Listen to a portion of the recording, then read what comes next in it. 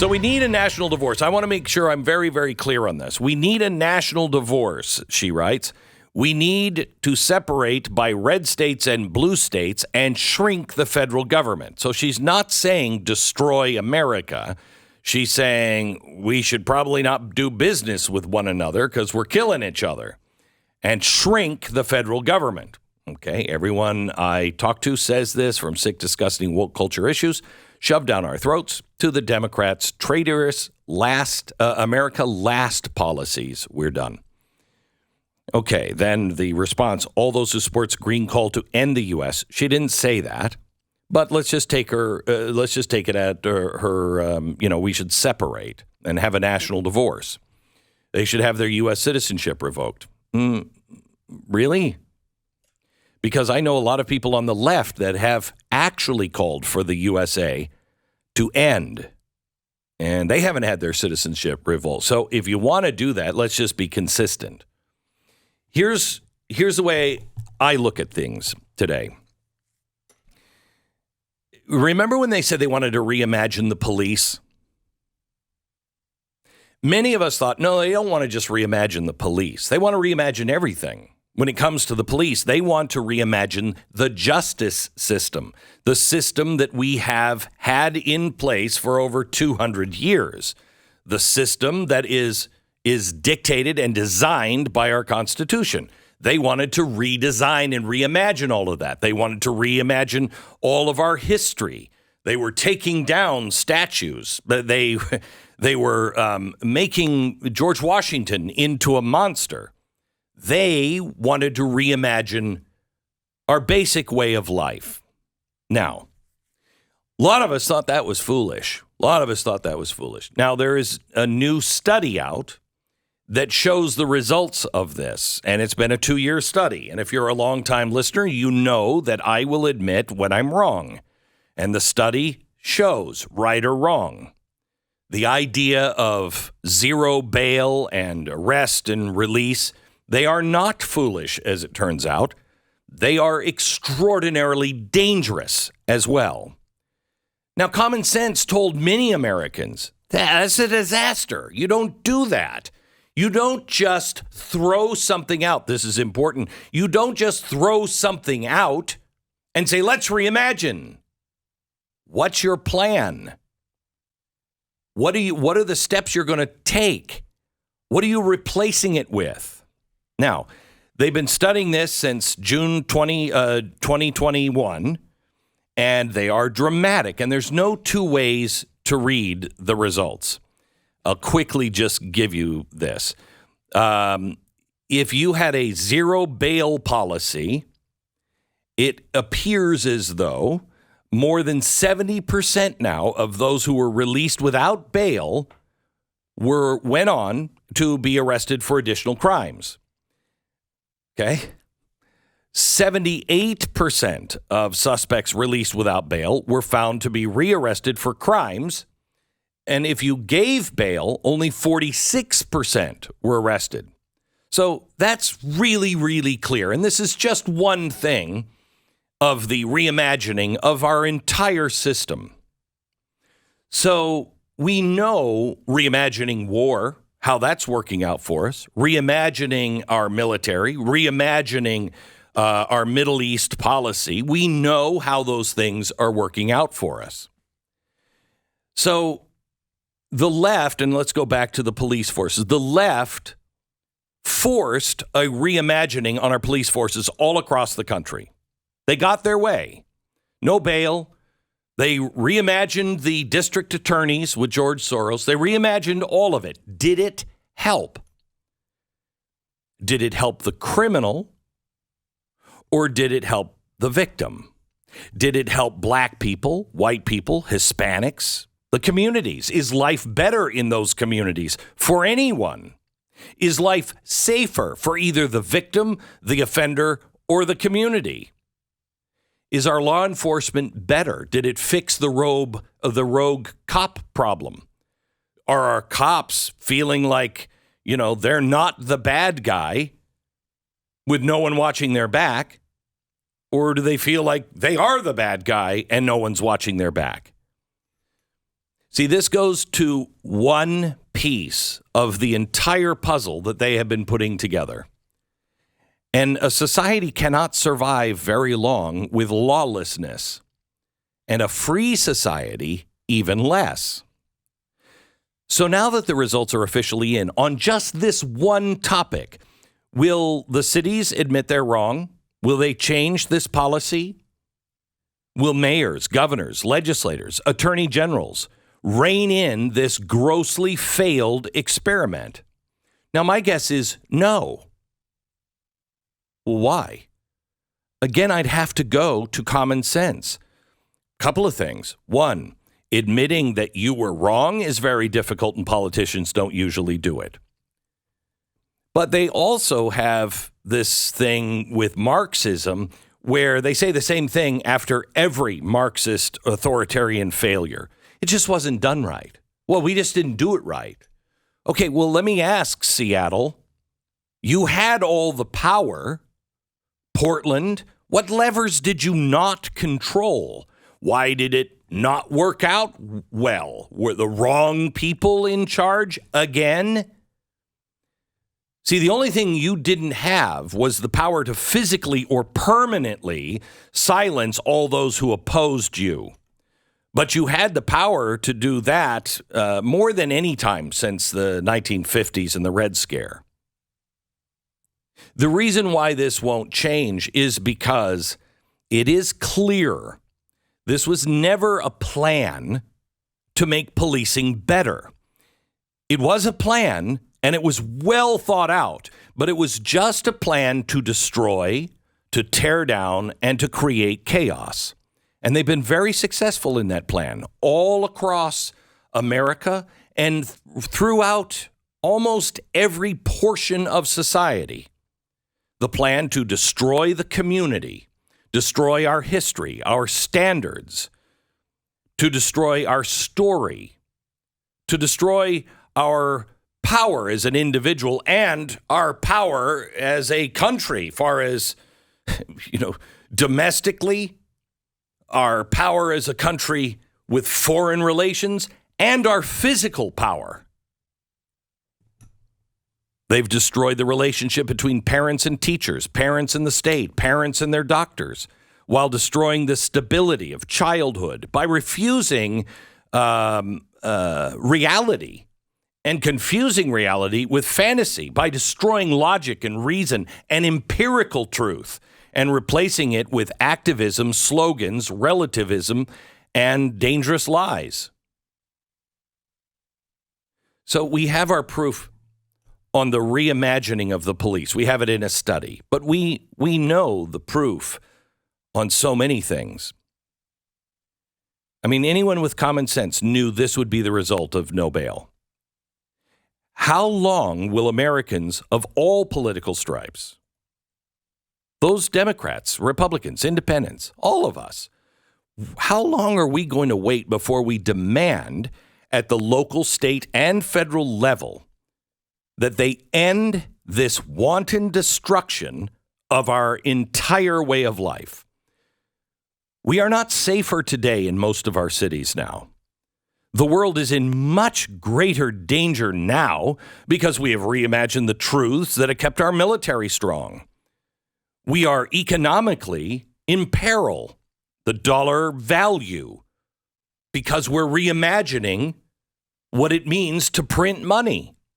Our borders are not secure. Our citizens are not in charge. They're not listened to many of the times. Is our government even engaged in the basic tasks that we, the people, outlined for them when we, the people, established the government? Because we told them in writing that we were just lending them our power in order to, quote, form a more perfect union. Are they moving toward a more perfect union or a divided union? We told them we would lend them our power to establish justice. Is justice being served, or is justice being redefined against the people's will? Are they ensuring our domestic tranquility, or are they the source of a lot of our problems? Providing for the common defense, promoting the general welfare. Are they securing the blessings of liberty to ourselves and to our posterity? Are your children going to be freer than you are? Boy, I would say that is a big no. So I don't know if they're even engaged. I contend that they've not just failed on this job, but they have become hostile to the meaning and purpose of that job. And we let them. But our founders knew that this would happen. They knew we would tolerate it up to some point. From the Declaration of Independence, all experience has shown that mankind is more disposed to suffer while evils are sufferable than to right themselves by abolishing the forms to which they're accustomed. We're used to this. And it's still, life goes on. I'm still free to go to the movies. I got a job, whatever. So we tolerate too much, but that's expected. But we told them that their job was to secure the rights of life, liberty, and the pursuit of happiness. Governments were instituted among men, deriving their just powers from the consent of the governed. But it goes on.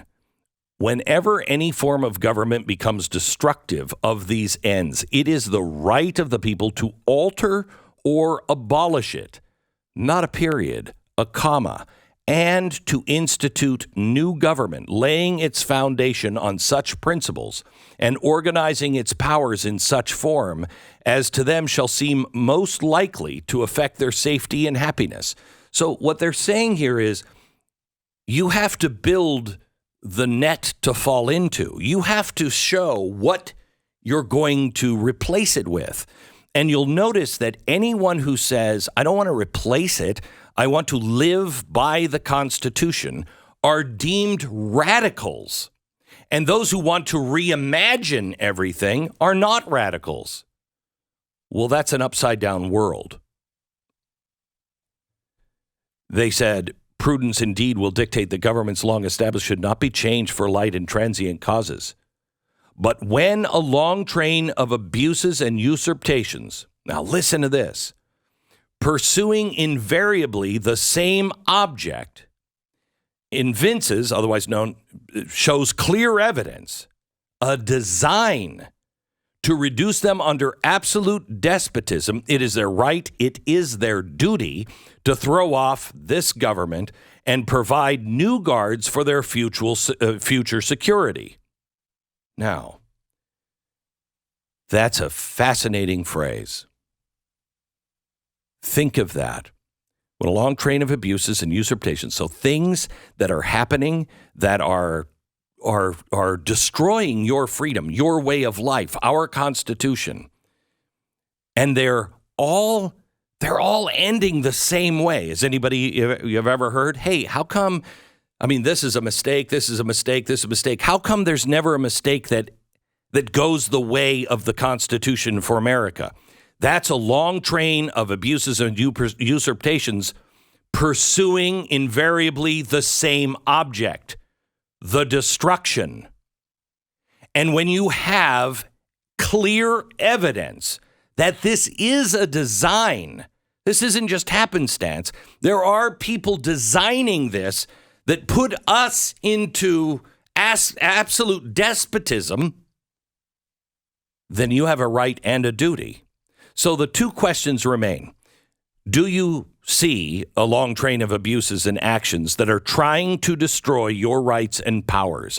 Do they all point to the same object, to the same direction, to destroy our system of rights, checks and balances, justice, security, to give us a completely new form of rule and society? I think the answer to that one is clearly yes, but it may not be for those who have their heads in the sand and are not paying attention to the news. Have we, the people, been informed and involved in those decisions? Because if we were all doing it and they were sharing and saying, look, we're going to do this. We want to abolish these rights in the Constitution. We want to make sure that we have a administrative state and Congress is irrelevant. And we all talked about it openly, and we all decided that would be different. But that's not what's happening. More in just a second. So do we have a long train of abuses and actions trying to destroy? Have you been involved in it, or have you been lied to? Have you been diverted, silenced, gaslit? Have you been told things like ESG and the Great Reset are fables, lies, disinformation, conspiracy theories, and now see that they are not that? And how many times have you been told one thing by your government, and then you realize they are actually doing that? Have they allowed chaos to breed and burn on our streets, only to excuse those with a torch and then discredit and silence those people, call them terrorists, when they're actually law-abiding citizens who are just standing up and saying law and order? Has the government grown past their constitutional restraints? And has it been to enhance and secure your individual rights, or has it been to chain you while freeing those who are in bed with government? And are all of these abuses and actions pointing the same direction or not? Now, you have a right and duty, but that's only the first question. How? What is that duty? How do you do it? Now, this is where everyone stops. This is where everybody says, we got to separate and have a national divorce. And others say, that's traitorous, that's treason. Well, that's because people aren't answering the second question. The Constitution and the Declaration of Independence are very clear on your rights and your duty. But the second question is how? What does that mean? Answer next. So we have been talking about the national divorce. It's trending again today. And people are arguing back and forth. You're a traitor if you say that. Well, you're a traitor because you're trying to destroy America. Let's just use some logic and reason here. Okay, nobody wants a war. If there is a war between the states, those don't usually end well. In fact, I think ours is the only one that's ever ended well. But it won't end the same way this time because we are not the people our founders were. We have to decide, first of all, is there a pattern or a long train of abuses? Is there a pattern all pointing to a design to destroy your freedom, your rights, as outlined in the Bill of Rights, Constitution, and the Declaration of Independence?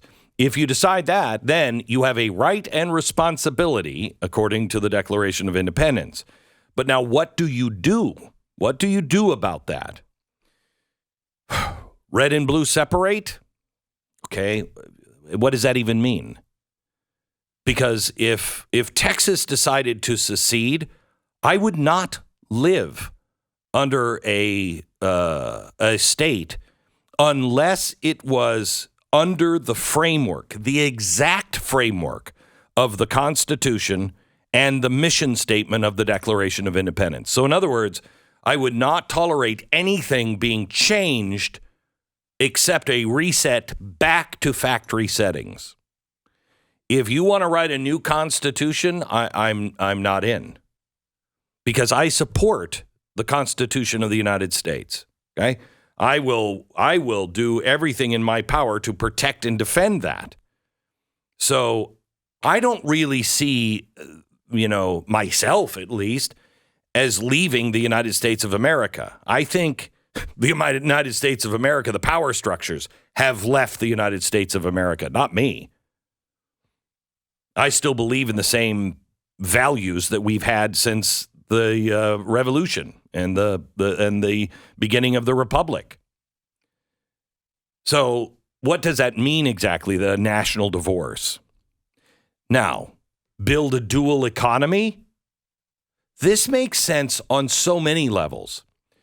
First of all, we have seen that the economy, our banking system, our trade with one another has become weaponized by the United States government through public-private partnerships.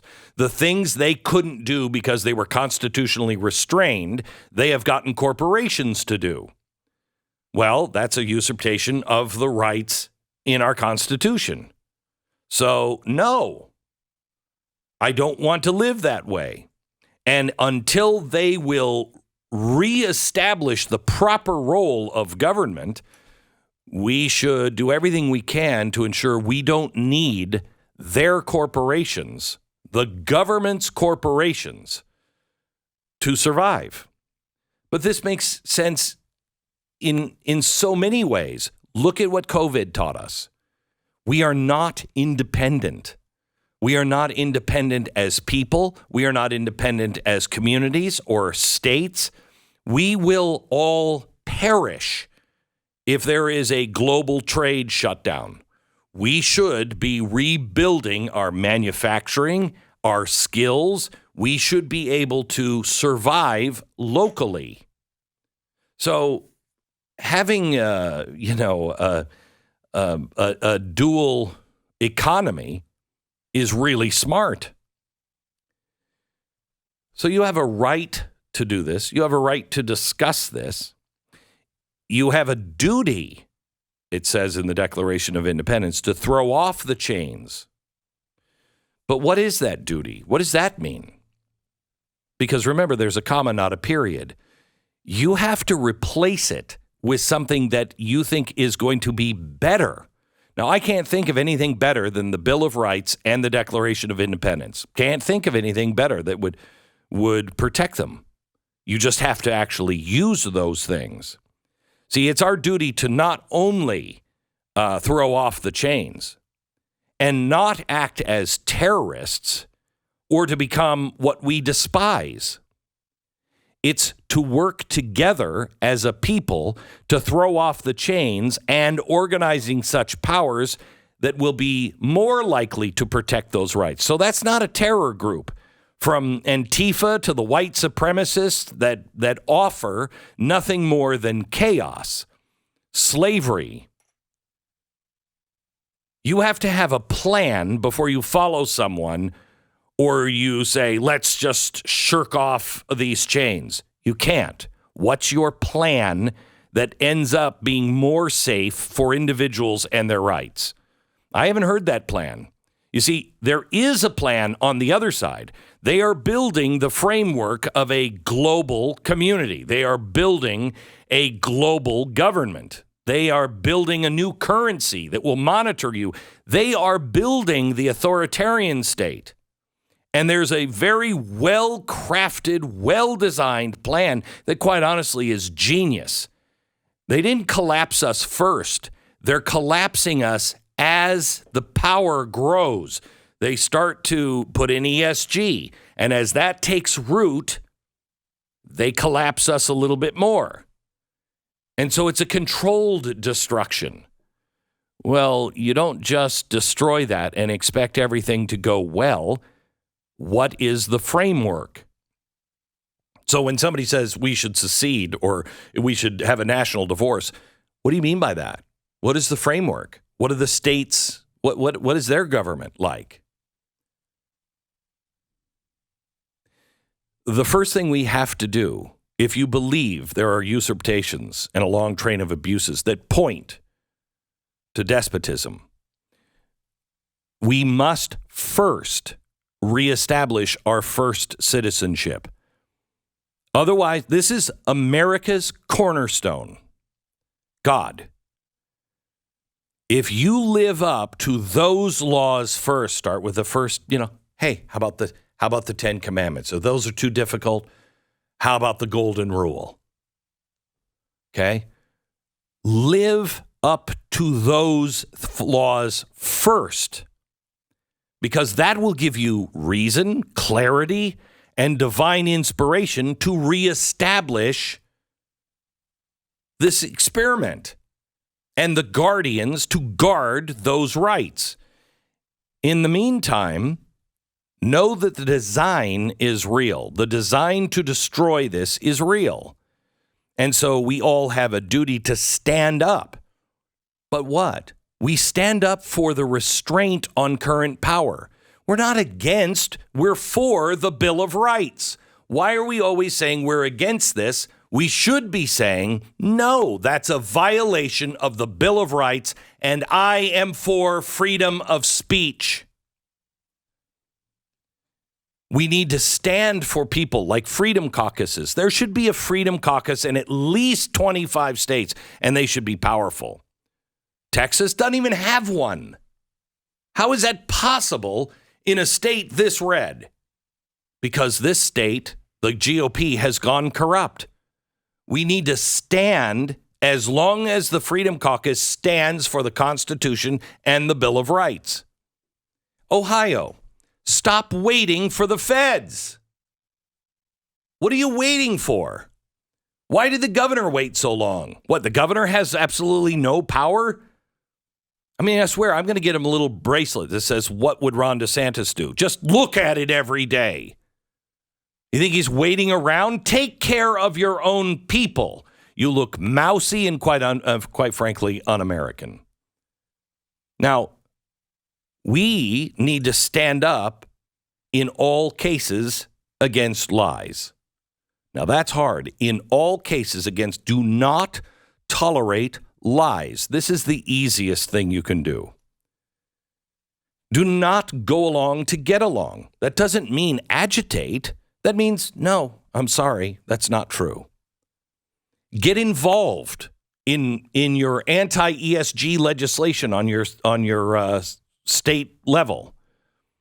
Work for fair access laws, which empower you, not the Attorney General, but empower you to go after ESG.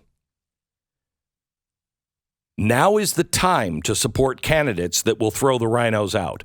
Now is the time to decide, am I supposed to run? Am I supposed to help somebody who is running? In 2024, there should be strong Bill of Rights and constitutional candidates. Not radicals, not crazy people.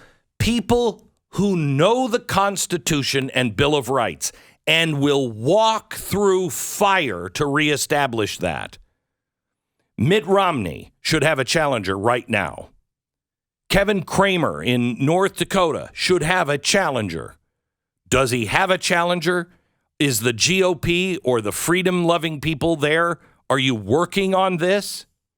Roger Wicker of Mississippi. Deb Fischer in Nebraska. These senators can be flipped, but you better have a good candidate. And you should be working on it right now. We don't need to separate.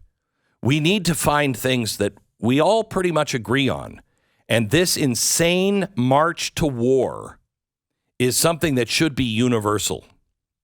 We should stand up against the march towards war. Stand up in your local community. You want to make a difference? Start a farmer's market if you don't have one already. You want to make a difference? If you have one already, go shop the farmer's market.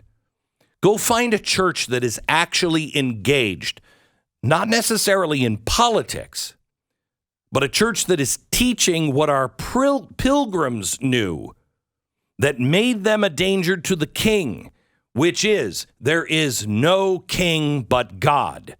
I answer to God first, not men. And the flow of power goes God, man, government. Government is last and only empowered by man to protect the rights given to him by God.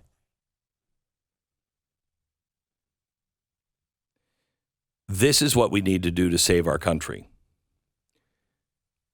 But if I boil it down to one thing, it would be getting you and your family right with God. God is the only answer at this point. If we do not have his favor, we do not survive. This is a divine and sacred land. This land, is it a coincidence that freedom was established here and all of this land? We have everything we need to be independent and free and be a beacon on a hill for all the world to see. This is how it can be done. This is how man can live with one another in peace, in harmony. We get it wrong, and sometimes for long periods of time.